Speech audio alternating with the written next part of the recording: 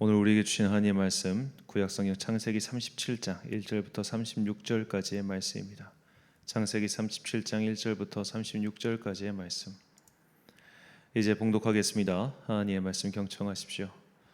야곱은 자기 아버지가 몸부쳐 살던 땅 곧 가나안 땅에서 살았다. 야곱의 역사는 이러하다. 17살 된 소년 요셉이 아버지의 첩들인 빌하와 실바가 낳은 형들과 함께 양을 치는데 요셉은 형들의 허물을 아버지께 일러 바치곤 하였다. 야곱은 늙음하게 요셉을 얻었으므로 다른 아들들보다 요셉을 더 사랑하여서 그에게 화려한 옷을 지어서 입혔다.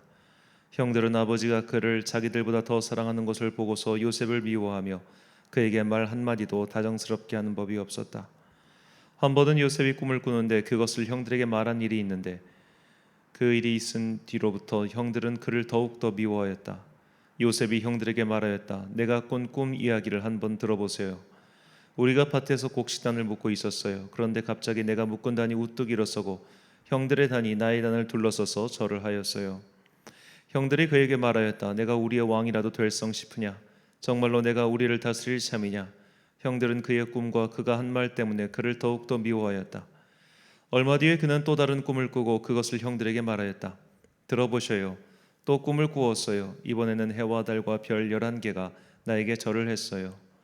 그가 아버지와 형들에게 이렇게 말할 때에 그의 아버지가 그를 꾸짖었다.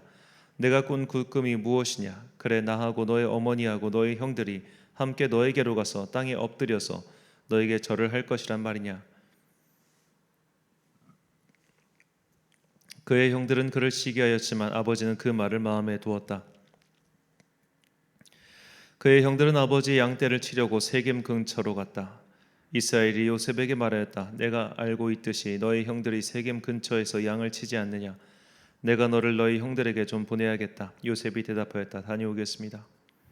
이스라엘이 요셉에게 말하였다. 너희 형들이 잘 있는지 양들도 잘 있는지를 가서 살펴보고 나에게 와서 소식을 전해다오. 그의 아버지는 헤브론 골짜기에서 그를 떠나보냈다. 요셉이 세겜에 도착하였다. 어떤 사람이 보니 요셉이 들에서 헤매고 있었다. 그가 요셉에게 물었다. 누구를 찾느냐? 요셉이 대답하였다. 형들을 찾습니다. 우리 형들이 어디에서 양을 치고 있는지 나에게 일러주시겠습니까? 그 사람이 대답하였다. 너희 형들은 여기서 떠났다. 도단으로 가자고 하는 말을 내가 들었다. 그래서 요셉은 형들을 뒤따라가서 도단 근처에서 형들이 있는 곳을 알아냈다. 그런데 그의 형들은 멀리서 그를 알아보고서 그를 죽여버리려고 그가 그들에게 가까이 오기 전에 음모를 꾸몄다. 그들은 서로 마주보면서 말하였다. 야, 저기 꿈꾸는 녀석이 온다.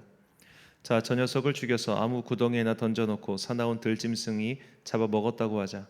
그리고 그 녀석의 꿈이 어떻게 되나 보자. 루우벤이 이 말을 듣고서 그들의 손에서 요셉을 건져내려고 그들에게 이렇게 말하였다. 목숨만은 해치지 말자. 피는 흘리지 말자. 여기 들판에 있는 구덩이에 그 아이를 던져 넣기만 하고 그 아이에게 손을 대지는 말자. 루우벤은 요셉을 그들에게서 건져내서 아버지에게 되돌려 보낼 생각으로 이렇게 말한 것이다. 요셉이 형들에게로 오자 그들은 그의 옷 곧 그가 입은 화려한 옷을 벗기고 그를 들어서 구덩이에 던졌다. 그 구덩이는 비어 있고 그 안에는 물이 없었다. 그들이 앉아서 밥을 먹고 있는데 고개를 들고 보니 마침 이스마엘 상인 한떼가 길르앗으로부터 오는 것이 눈에 띄었다. 낙타에다 향품과 유향과 모략을 싣고 이집트로 내려가는 길이었다. 유다가 형제들에게 말하였다. 우리가 동생을 죽이고 그 아이의 피를 덮는다고 해서 우리가 얻는 것이 무엇이냐? 자, 우리는 그 아이에게 손을 대지는 말고 차라리 그 아이를 이스마엘 사람들에게 팔아 넘기자.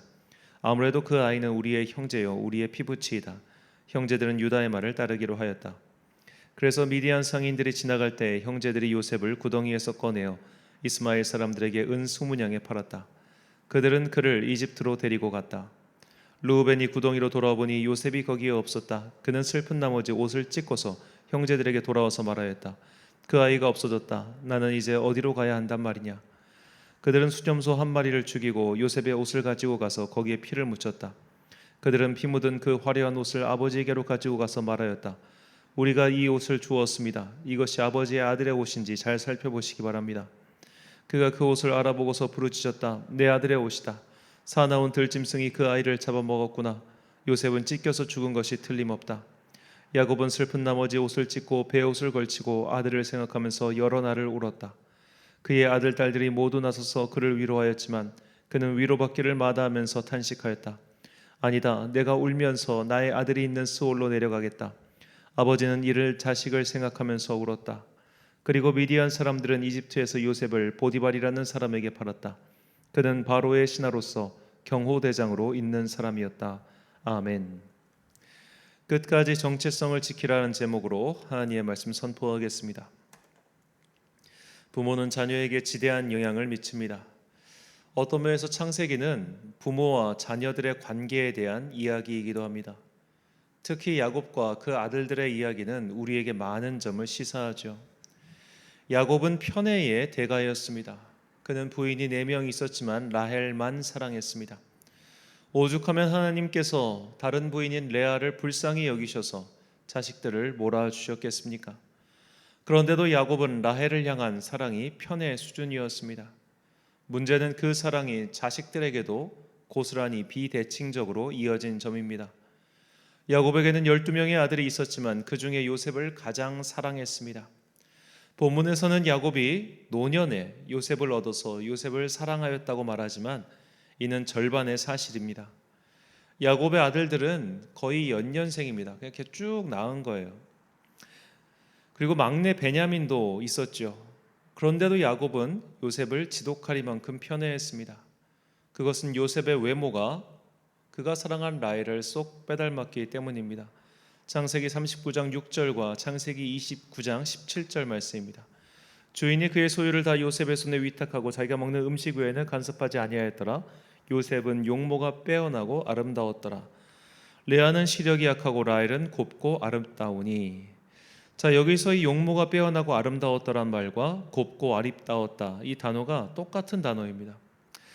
라헬은 일전에 말씀드렸다시피 성경 최고의 절세 가인입니다. 요셉은 그 라헬의 외모를 쏙 빼닮은 성경 최고의 미남인 셈이죠. 그래서 바로 위에 자식들이 그렇게 많은데도 오직 요셉만 사랑해서 채색옷을 지어준 것입니다. 채색옷은 단순히 색감이 있는 옷이 아니라 노동을 하지 않는 귀족들이 입는 옷입니다. 이 옷은 손과 발을 덮는 긴 옷으로 이렇게 긴 옷을 입고는 목축 같은 노동을 할 수 없죠. 나이 차이가 얼마 나지 않은 형들은 다들 들에 나가 일하고 있는데 요셉은 귀족의 옷을 입고 혼자서 놀고 있었으니 얼마나 형들이 요셉을 고깝게 받겠습니까? 더구나 어린 요셉은 형들을 출신에 따라 얕잡아 보면서 행동하죠. 본문 2절 말씀입니다. 야곱의 족보는 이러하니라. 요셉이 17세의 소년으로서 그의 형들과 함께 양을 칠 때에 그의 아버지의 아내들 빌하와 실바의 아들들과 더불어 함께 있었더니 그가 그들의 잘못을 아버지에게 말하더라. 아멘. 자, 여기서 말하더라라는 동사는 일회성이 아니라 계속 반복적으로 그 일을 했다는 뜻입니다. 이 빌하와 실바의 아들들, 즉 단과 납달리, 갓과 아셀 등 이 4명은 비록 본부인의 자식들과 같은 대우를 받았지만 그래도 여종의 몸을 빌어 태어난 자녀들이기 때문에 본부인의 자녀들과는 달리 여러 열등감이 있었을 겁니다. 이런 형들의 잘못을 아버지에게 반복해서 일러 바친다는 것은 그만큼 요셉이 어릴 적에는 인성이 별로인 아이였다는 소리입니다. 그래서 형들은 요셉에게 편하게 말 한마디 할 수 없었고 그를 적으로 생각할 만큼 미워했습니다. 결국 기회가 생겼을 때 그 형들은 요셉을 아예 죽여버리려고 흉계를 꾸밉니다. 풍전등화에 놓인 요셉의 목숨을 건진 것은 형 유다의 말 덕분이었습니다. 본문 26절과 27절 말씀입니다. 유다가 자기 형제에게 이르되 우리가 우리 동생을 죽이고 그의 피를 덮어둔들 무엇이 유익할까?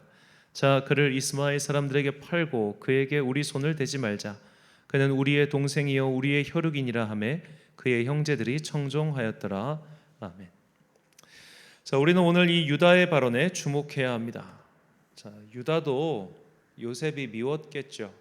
아마도 이제 유다와 요셉의 나이 차이는 대략 한 7살 정도 나는 걸로 보입니다. 그래서 이제 나이 차이가 물론 좀 나는 동생이긴 하지만 어려도 꼴 보고 싫은 짓 하면 꼴 보기 싫잖아요. 자, 그렇게 유다도 요셉을 썩 좋아하지 않았습니다. 그래서 다른 형제들이 그를 죽이라고 모의할 때 동조하였죠. 하지만 이내 정신을 차리고 차라리 팔아버리자고 그렇게 이야기해서 요셉의 목숨을 구합니다. 이때 아마도 유다는 그 내면에서 두 가지와 싸웠을 겁니다. 첫 번째는 본인이 받은 마음의 상처입니다. 그의 어머니 레아는 야곱에게 평생 사랑받지 못했습니다. 첫 번째 부인으로서 대우는 받았지만 마음까지는 받지 못했습니다. 그러니 레아 소생의 자식들이 그 마음의 상처가 얼마나 컸겠습니까? 유다도 내면에 큰 상처가 있었을 겁니다. 그리고 유다도 아버지의 과도한 편애를 받는 요셉이 미웠습니다. 하지만 유다는 자신의 내면에서 솟구치는 그 미움을 극복했습니다. 유다가 싸운 두 번째 대상은 바로 군중 심리입니다. 삼인성호라는 말이 있듯이 세 사람이 입을 맞추면 없는 호랑이도 만들어내죠. 그만큼 우리는 다른 사람들에게 영향을 받습니다. 더구나 그 외부가 다수이고 나는 혼자일 때 나 홀로 아니요 라고 외치기란 참으로 어렵죠. 더구나 지금 다른 형제들은 작당해서 동생을 죽이려고 하는 판국입니다. 그러니까 일종의 지금 다 같이 공동으로 범죄를 모의해서 저지르고 있는데 한 명이 야 이렇게 범죄하는 건 아닌 것 같아 하고 발을 쓱 빼는 그런 형국인 거예요. 자, 그만큼 다른 형제들은 지금 이성적인 판단을 할 만한 상황이 아니었습니다. 말 그대로 살기 등등했죠. 그런데 그런 형제들을 진정시키고 그래도 극단적인 상황까지는 만들지 말자라고 설득한 겁니다. 자, 모든 사람에게는 결핍이 있습니다. 결핍이 없는 인간 존재는 없습니다. 그래서 다들 그 결핍을 채우기 위해 이런저런 행동을 하며 살아가죠. 문제는 그 내면의 결핍 때문에 자꾸만 어딘가로 치우치고 또 문제를 일으킨다는 점입니다. 그래서 우리는 주님 앞에서 기도하며 항상 자신의 내면을 돌아봐야 합니다. 나는 아무런 문제가 없어 라고 생각하는 사람은 절대로 변하지 않습니다. 어떤 면에서 자신 스스로 기도 좀 한다고 하면서 아무런 인성의 변화가 없는 사람 또는 변화의 기미조차 보이지 않는 사람은 내가 도대체 무슨 기도를 하고 있는지 돌아봐야 할 겁니다. 우리는 기도하면서 항상 자신의 내면부터 봐야 합니다. 내가 어떤 결핍이 있으며 어떤 문제가 있는지 돌아보지 않으면 나의 변화란 요원하지요. 허망한 것들을 구하는데 어떻게 응답이 있겠습니까? 내 안의 문제를 계속해서 놔두면 언젠간 나를 덮는 커다란 어둠의 그물이 되고 맙니다. 그때는 아무리 벗어나려고 해도 계속 그물에 갇힌 물고기 신세가 될 수밖에 없습니다. 그러므로 용기를 내어 내면의 결핍을 직면해야 합니다. 그리고 하나님께 답을 구해야 합니다. 내가 이런 문제가 있습니다. 도대체 어떻게 하면 좋겠습니까? 라고 말이죠. 그리고 우리는 다른 사람들의 말과 행동에 휩쓸려서는 안 됩니다. 이것은 내면의 결핍을 해결하는 것만큼이나 어려운 문제지요. 왜냐하면 우리는 사회적 동물이기 때문에 알게 모르게 주변의 상황에 휩쓸리기 마련입니다. 간단한 예를 들어 지금 우리는 원달러 환율이 올라가고 금리는 치솟고 물가는 오르는 그런 세상에서 살고 있죠. 자, 이제 경제 전문가들이 예측하기를 이번 주에 원달러 환율이 1,400원대를 돌파하고 그리고 그 수준이 계속 지속된다면 내년에는 정말 경제 재앙 수준의 어려움이 닥칠 거라고 입을 모아 이야기합니다. 자, 대출 금리가 올라가지고 지금 원리금 상환하시는 분들은 불과 연초에 비해 지금 2배를 내고 있어요. 자, 이런 외부의 환경에서 자유로울 수 있는 이가 얼마나 되겠습니까? 이처럼 우리는 세상의 정세에 휩쓸리고 분위기에 휩쓸려 살 수밖에 없습니다. 이런 세상에서 용기 있게 자신의 소신을 지키고 살아가리란 여간 어려운 일이 아닙니다. 무엇보다 우리는 내가 세상에 휩싸여 있는지 그 여부조차 판단하기가 어렵다는 점입니다. 마치 어항 속의 물고기가 지금 여기가 어항인지 어딘지 구분하지 못하는 것과 똑같지요. 그래서 사도 바울은 우리에게 깨어 있으라 라고 권면합니다. 골로새서 4장 2절과 데살로니가전서 5장 6절 말씀입니다. 기도를 계속하고 기도에 감사함으로 깨어 있으라. 그러므로 우리는 다른 이들과 같이 자지 말고 오직 깨어 정신을 차릴지라. 아멘. 내면의 상처와 결핍이 없는 인생은 없습니다. 그러나 하나님께 은혜를 받지 않은 인생 또한 없습니다. 그러므로 감사함으로 깨어 있어야 합니다. 다른 사람은 자고 있을지라도 나는 깨어 있어야 합니다. 외눈박이들에 있는 마을에 눈이 2개 달린 사람이 들어가면 두 눈 가진 사람이 비정상이겠죠. 그러므로 우리는 죄로 인해 잠든 세상 사람들이 볼 때 비정상처럼 살아가야 합니다. 이미 비정상이 정상화된 것 같은 이 세상에서는 주일에 예배를 드리는 것만으로 충분히 비정상인 취급받기 딱이죠. 그러므로 우리는 우리가 믿는 도리, 지금까지 선조들이 지켜온 예배와 교회의 전통을 잘 지켜가야 합니다. 그렇게 감사하며 기도하고 또 다른 자들과 달리 깨어 있으므로 우리는 죄에 함몰되지 않고 믿음의 자녀로서 정체성을 지킬 수 있게 될 것입니다. 사랑하는 천안광성교회 성도 여러분, 그리고 이 새벽을 함께 깨우고 계신 귀한 주님의 자녀 여러분, 하나님의 자녀로 남기 위해서, 하나님의 자녀로 이 땅을 살다가 주님 곁으로 가기 위해서, 즉 성도의 정체성을 끝까지 지키기 위해서 우리는 기도하고 예배하는 이 믿음의 도리를 굳게 지켜야 합니다. 단순히 내 소망을 아뢰는 기도가 아니라 내 안의 결핍과 내 영혼의 문제를 발견하는 그런 기도를 드리십시오.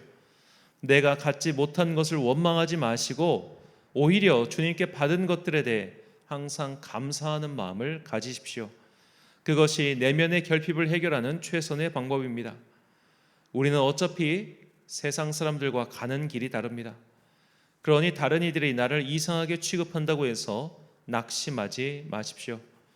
우리는 오히려 그들의 시선을 즐겁게 받아야 합니다.